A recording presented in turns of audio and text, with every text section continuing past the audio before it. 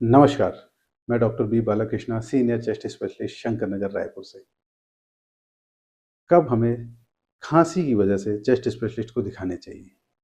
अगर आपके खाँसी 2 से 3 हफ्तों से ज़्यादा है या इसके साथ-साथ आपको वेट लॉस, फ़ीवर या भूख कम लगना या दूसरे कोई भी सिम्पटम्स हैं, चाहे वो साँस फूलना क्यों ना हो, तो आप ज़रूर अपने चेस्ट फिजिशियन को दिखाएँ और अर्ली कंसल्टेशन से बड़ी लंग्स प्रॉब्लम से भी बचा जा सकता है।